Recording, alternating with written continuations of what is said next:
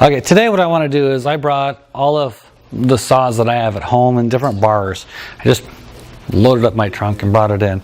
So I want to show you various saws and various features that these saws have. And I have a lot of different kinds of saws, partly just to kind of experiment and learn what's out there. And so I'll talk about some of these things. So the first one I want to talk about is a rather unusual saw. And yesterday when we were having our discussion, you guys, they had the big thick book.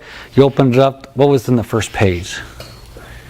PowerSharp. PowerSharp. And so PowerSharp is somewhat rather new. It's a couple of years old now, but PowerSharp is a new development in chainsaws. And so we just spent a couple of days learning how to file a chain. We use electric sharpeners to kind of sharpen it. This is a self-sharpening chain. So it comes in a package that looks like this. When you put it on the saw, it looks like this. And so you flip the lever, pull it off. I take the saw, I start it up, I'm out there cutting, I'm not paying attention, boom, I hit metal, or I hit a cinder block, or I hit a rock, or a brick, or whatever I hit, and it dulls my chain. So I simply shut the saw off, take this sharpener here, and clip it back on. So you'll notice it has a pin, and there's a hole. This has two holes here.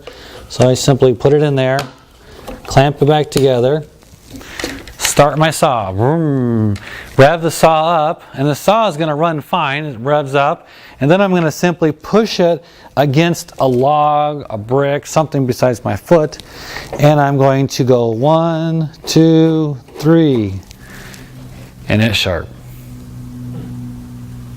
That's how fast it was. Throttle it back down, shut off the saw, remove the sharpener, and going back to my job. That's only for a quick sharp though, right? How does it know which is the smallest? We'll show you how it works, but it sharpens all of the links all at the same time. So the way it's working, and I'll pass this around, I'm going to pass you a brand new chain. What about the kickback relief? It does have reduced kickback features in it, so it's a reduced kickback chain. And it doesn't look like any of the chains that you've looked at so far. So far we have a nice cutter that we're sharpening. This has more like a hook. And inside of this box is my stone. So when you buy the kit, it comes with a stone. And here's what the stone looks like. And what's happening is when I push on the black part, it's pushing the stone up against the chain. So as I push it, it goes up against the chain. So I'm driving the stone. Your engine is running, so the cutters are going. Every single cutter is hitting it, the stone. And the way it curves, the way it goes across the end of my bar, it's kind of curved. It causes it to go out there and actually contact the stone, and it sharpens them. So I'll pass it around. When you look at it, you're like, this is a funky looking chain. And so it is really weird. It is really fast as far as sharpening. And literally it's maybe 4 times, 6 times, and you're done. So depending on how bad it is how many times you need to push it. And experience will tell you, I only need to push it once. I may want to push it 3 or 4 times. It just depends on experience will tell you how much to do it. We got this. Oregon Saw Price donated to us, and I brought in a trailer with a bunch of locust wood, and I thought, man, that would be cool for locust. Locust wood is like cutting through steel bars, iron, and it was dry locust, so it was like is equal to or worse than oak wood. I mean, it's really super hard wood. So I sent the students out there to play with this thing and test it, and this is the chain that they did it. And it broke off almost every single tooth on the chain. So because it was so hard and it was so aggressive, it actually just snapped the teeth off of the chain. So I don't know that it works really well with super hard wood, but it probably would, if you're cutting and you hit dirt, you hit a fence, if you got nails in the trees, that kind of stuff, that's where this is going to shine. It cuts great in softer woods. It's just when it gets really super hard, I think when you look at it, there's just not a lot of strength to it. And I think the hardwood just broke them off. So we'll pass the saw itself around from over here. And so you have to look careful because some of them look right, some of them are missing. So that's abnormal. So it comes as a package. That particular saw had this bar and chain on it. So we literally just took this bar and chain off, bolted this one on, and went to work. No other modifications were necessary. So it's a pretty easy switch if you were to switch over. The other thing is, it only comes in smaller saws. There's a limited market for it, limited a number of applications for it, and most of the applications are less than 18 inches long. So unless that's changed in the last year, it's not like I can put a 30-inch bar like that. So it's for your homeowners, smaller saw type things. Now when you go switch over like that, you have to change the sprocket too, or just? When I go to change over, I don't do anything but literally unbolt and bolt it back on. I still tighten the chain the same way, so I'm still using the same tensioner and use the same bar nut, everything. All I do is physically, I could pull it off right now, I could bolt this right back on, and I could be back original. So it's real simple change order. The drive chains would be the same. You wouldn't have to change the sprocket. Same sprocket, everything's the same. So I'm using it. I test drive it on my Locust. I break all the teeth off. And you're like, ooh, bad idea. Okay, so I can actually just buy chain and a new stone. So you can buy a new chain and it comes with a new stone, because the stone, as you'll see when I pass this around, the stone is pretty wore. So it's not the stone itself, you can buy a replacement stone, but you buy a stone when you buy the chain. So that adds a little bit to the cost of the chain. So comparing chain to chain, I think the setup is going to be it'll be a little more expensive. But I'm not buying hand sharpening tools and that kind of stuff. I'm not taking it downtown to get it sharpened. So that homeowner who doesn't really know how to hand file, this is their solution. That weekend warrior who's only going to use it because a branch fell in their yard, doesn't have all the tools, doesn't have the experience, that saw, that chain and bar setup might be their answer. What's that? Is that fire that? It will fire and you can test it. I just don't want you testing it on his legs. So anyway, the original system just comes as a package, it's a kit, and then after that you just buy the chain and the stone. Any questions on that? So go ahead and you'll experience it later.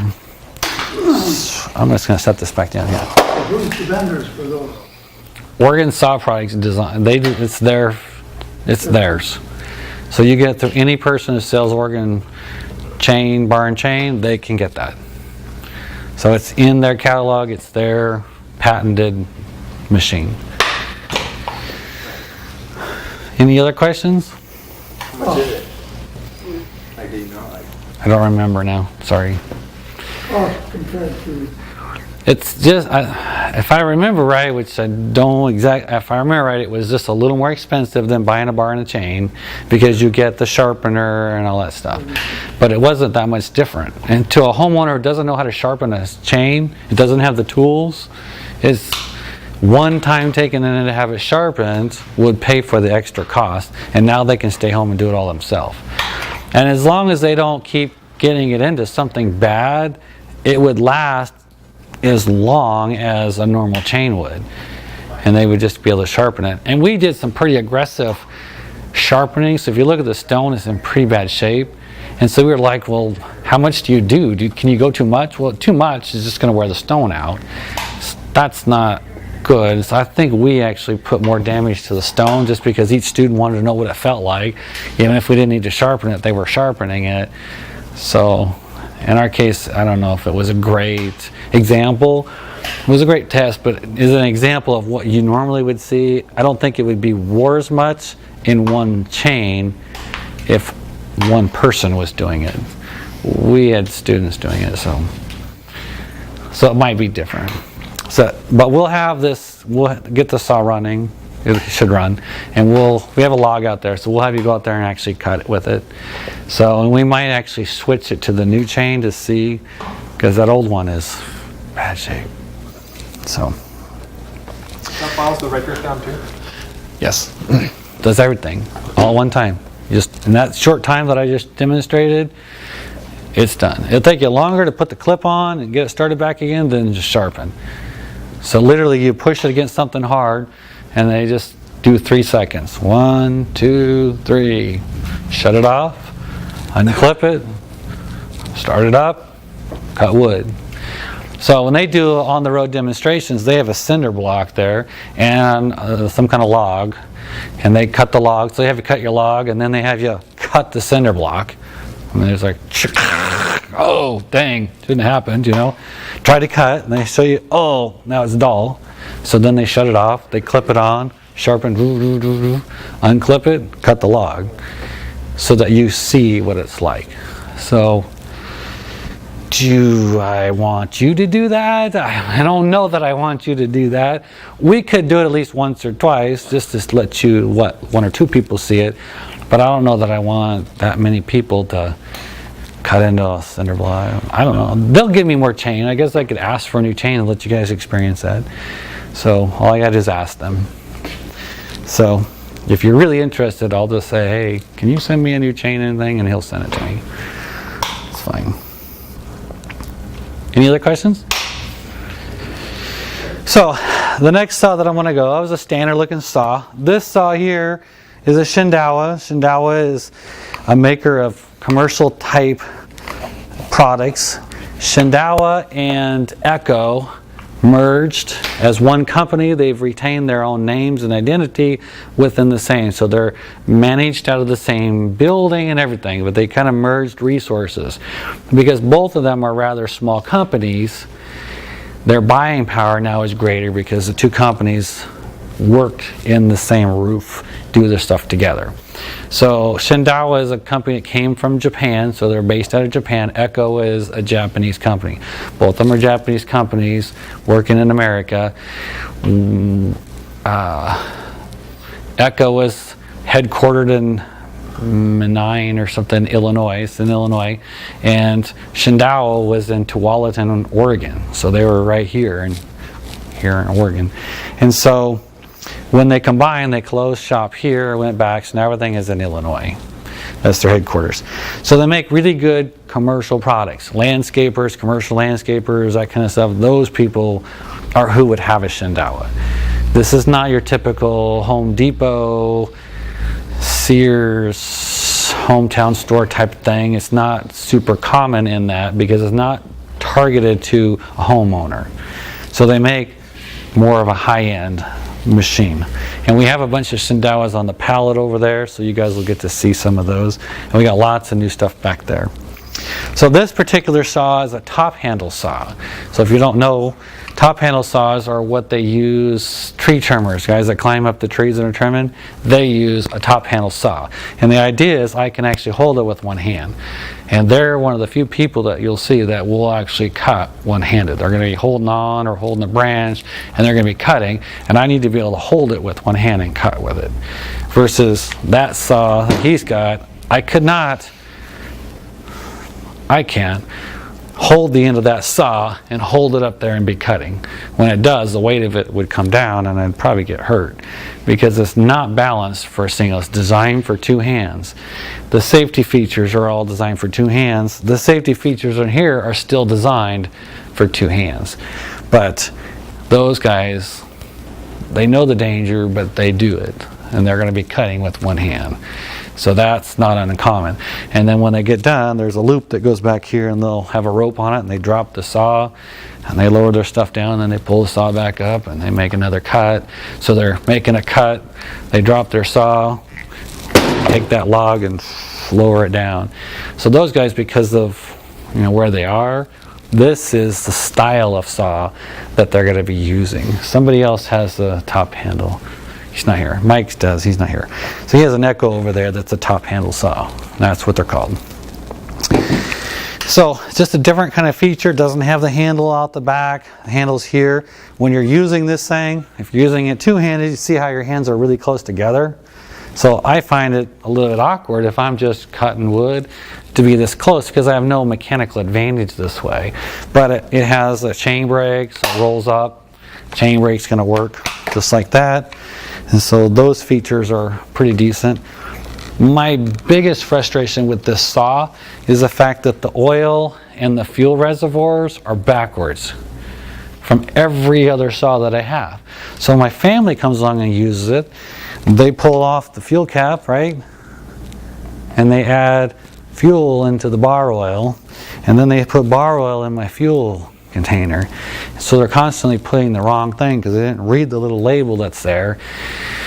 And that gets a pain to clean it all back out. So I wish they would have stayed with the standard, which for the most part, standard is to have fuel back here and bar oil towards the front. For some reason they didn't do that. So the next thing that's different about this saw is this saw has an Intez bar on it. So how many people seen the Intez bar in the book? So when you were playing with the book yesterday, you should have seen one that said Intez on it. That's another exclusive to Oregon Saw Products. And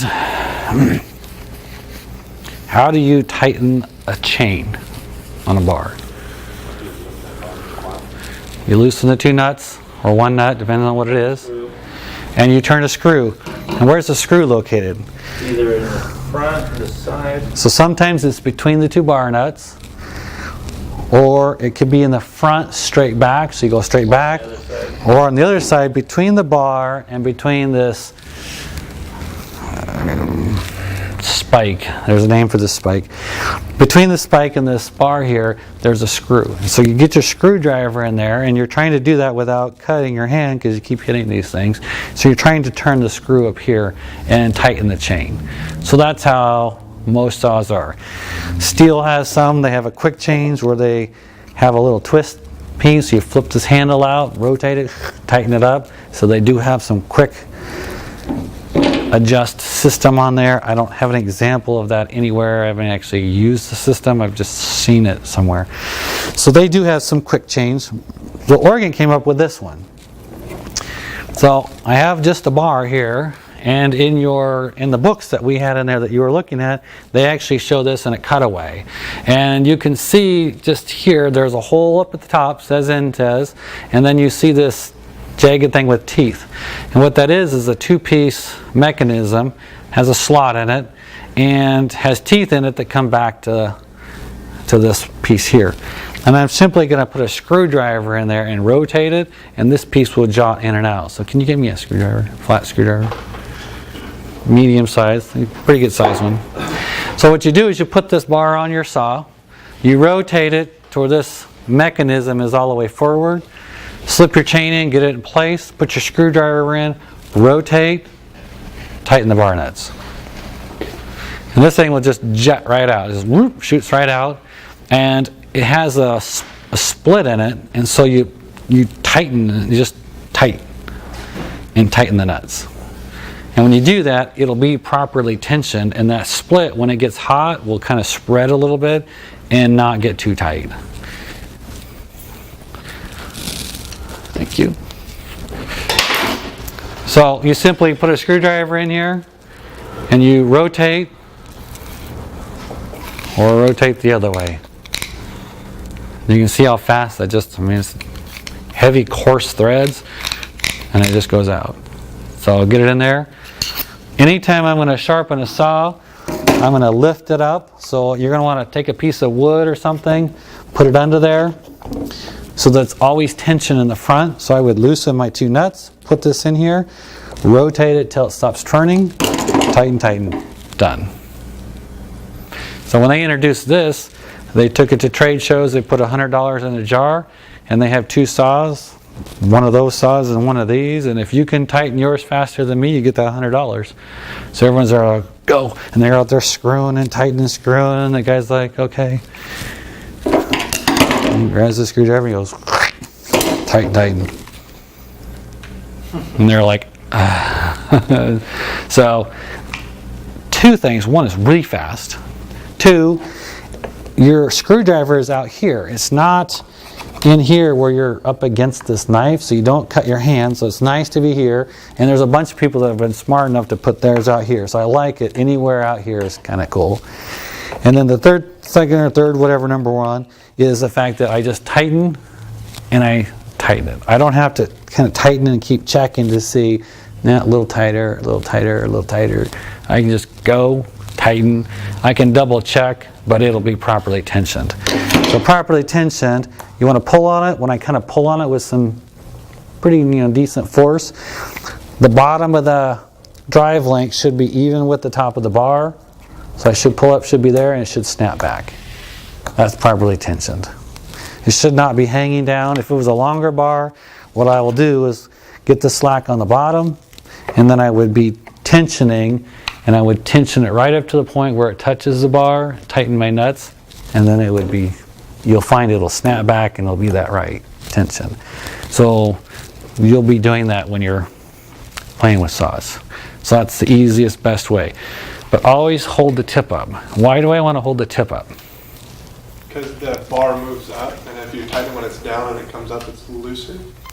So when you loosen the bar nuts, you'll find that your bar has slop. And as they get wore out, they really can get sloppy.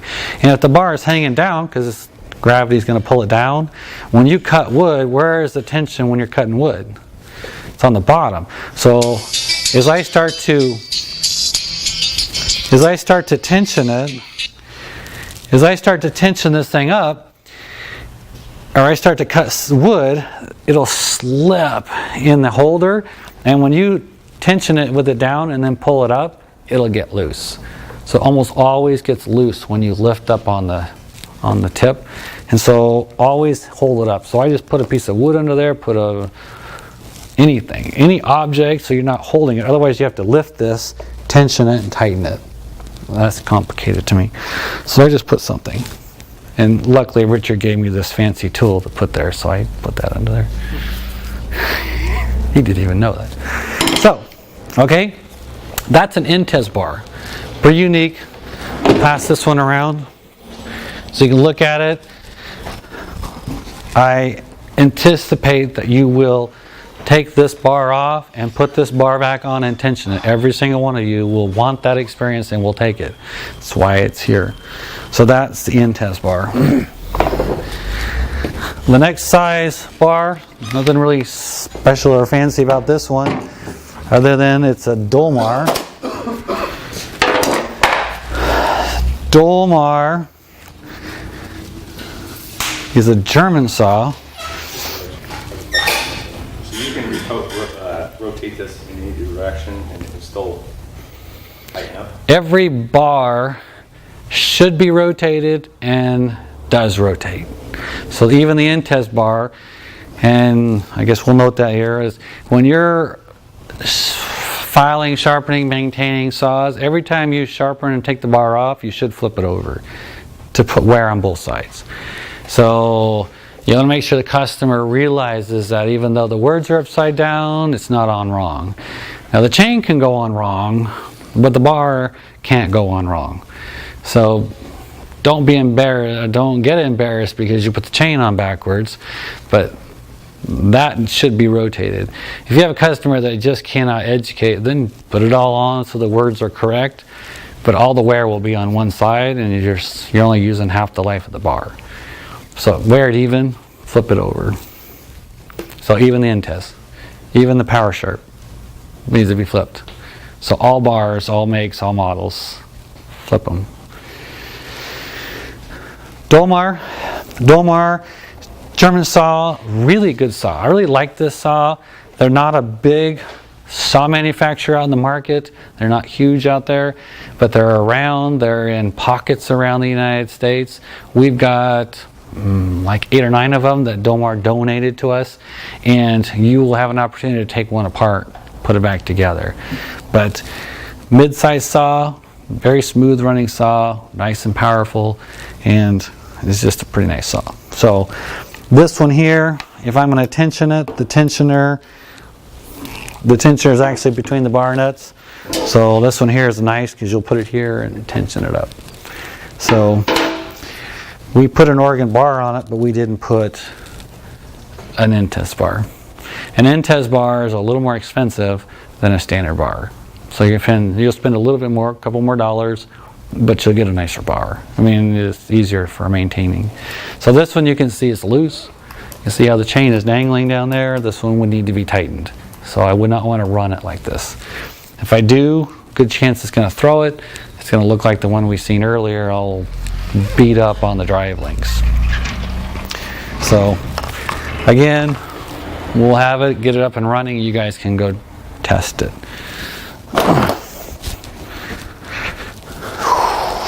Got to have a steel in the mix because steel is in the mix. And so this is an older saw, so still an MS series. Steel had, you know, 044s, 038s, 029s. So the numbering system was an O, a 0, and a number.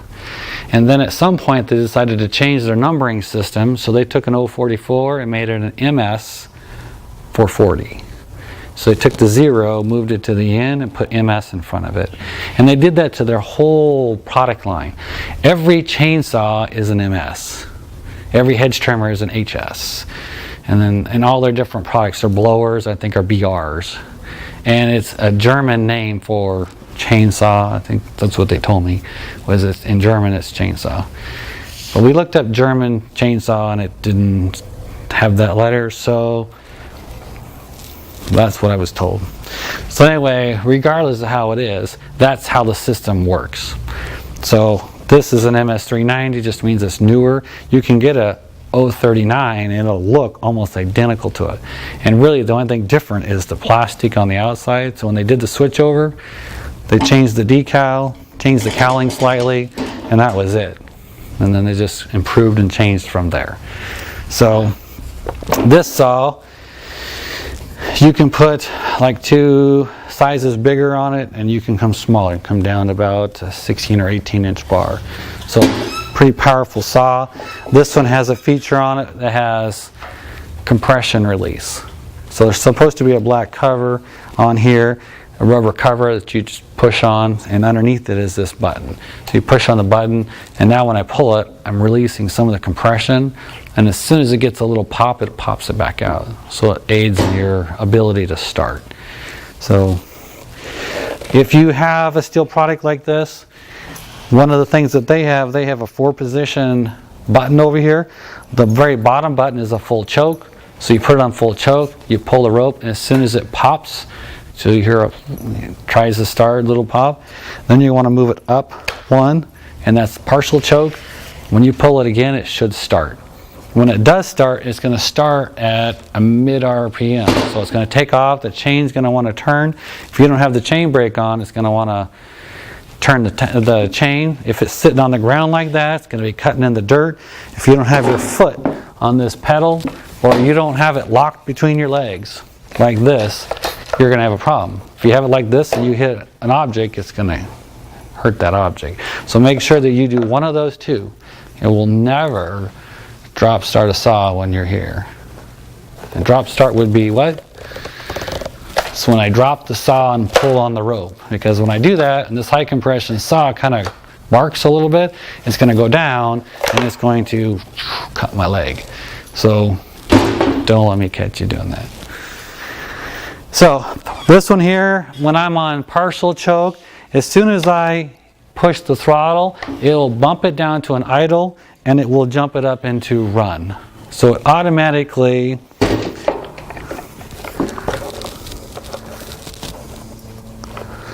down, go up. So as soon as I push the throttle, it'll take it off partial mid-range back down to an idle, and takes it fully out of choke. So it's an automatic. So that's a feature that Stihl has. So if you've never ran a large saw, there's a larger one. If you want an even cooler saw, use his saw. So Richard has an MS391. So that's what's on the table over there. It's the next model up from this one. And the difference between an MS390, MS391, and MS391 has a stratocharged engine.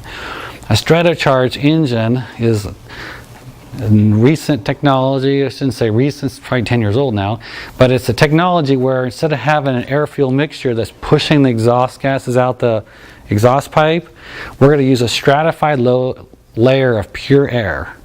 And we're going to put that in there, and we're using pure air to push the exhaust gases out. We'll be learning about this as we go through the class. His saw is a stratified saw. That's where the 91 comes from. It's stratified. So it uses less fuel, because instead of using fuel-air mixture to push it out, I am using air. So I'm using less fuel, I'm using less oil, and there's less emissions. So they dramatically reduced emissions. The first time I operated a stratocharge, usually when you run a chainsaw or a string trimmer, when you get done you smell like the exhaust fumes. The first time I ran one, we took it out, ran it for half an hour or so, and I had no exhaust fumes in my clothing. You couldn't smell it at all. And the machine sounds different because instead of getting that burn, that fuel burns when it goes out the muffler, you have no fuel, you get no afterburn in the muffler. So they actually have a lower tone. They don't sound like they're fully revved, and they run longer. So they put smaller fuel tanks on them.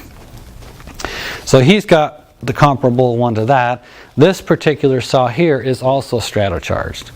So if we were to take it apart and we can look at it, we got another one, I have two of them. Can I see what it is?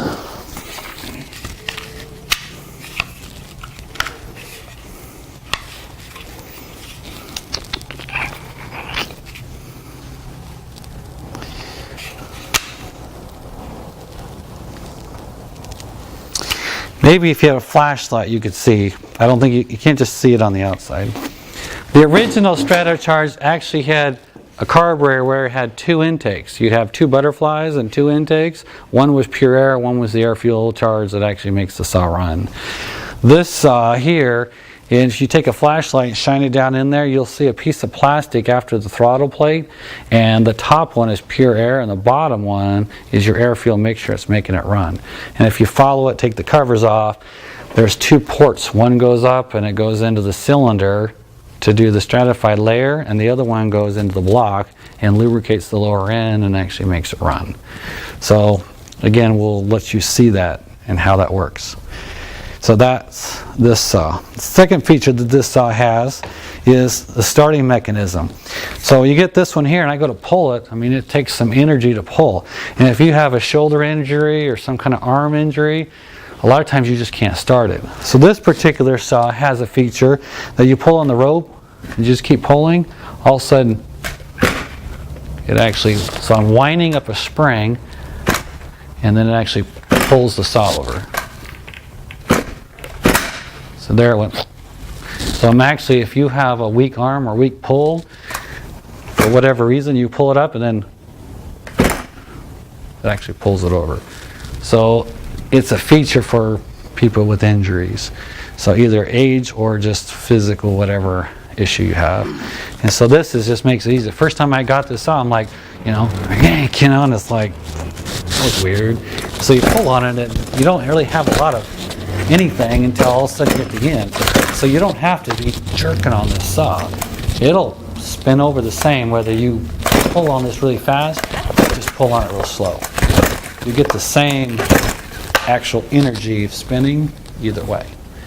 And so this is a selling point for people that are just not physically strong or a physical injury. So again, we'll let you play with that one. So those are some features that are there. I have a bunch of bars because we talked earlier. I bought these that saw we just looked at, and it's same one here. This same saw came from the same guy, and the guy doesn't know anything about chainsaws, so he would damage his bar. He just kept buying bars, and that whole pile of chains, because he would throw a chain, and he would just buy a new chain, and it was just throwing bad money against bad money. And so I ended up buying it from him and paying his bill off so he could just go away. So I inherited it. I don't know if it was a good deal or not, but I got him out of my hair. So that's how I got that saw. So I also brought in some chains. So I have some various chains that are here that we can sharpen. I have a new chain. I thought, well, it'd be great to have a new chain to compare, because somebody asked, well, what's a new one look like? But then we were looking at it. We got that little packet of chains. So if you want to know what a new cutter should look like, that's why we got the packet of chains. So you can actually go find your chain and then compare it to yours. So anyway, we do have some here that we can sharpen. All of these saws probably could be touched up and cleaned up, but I'm kind of trying to provide a saw that you guys can actually start, and we can go cut a log and see what it's like. And if you've never experienced one of these styles, we'll cut it up. So we go out there to cut it up, we're only going to cut like a donut, a little slice. So you should be able to slice a straight line. If it can't go a straight line, it's either because you don't know what you're doing or you sharpened it wrong. And you guys all know what you're doing, so it must have been sharpened wrong, right? So we're going to go out there and we're going to take slices off that log. And if we run out of log, we'll go get another log. So, but don't just go out there and just keep slicing. So test it and do it. Okay? Those are some of the things that we have to play with. So that's all I have for you.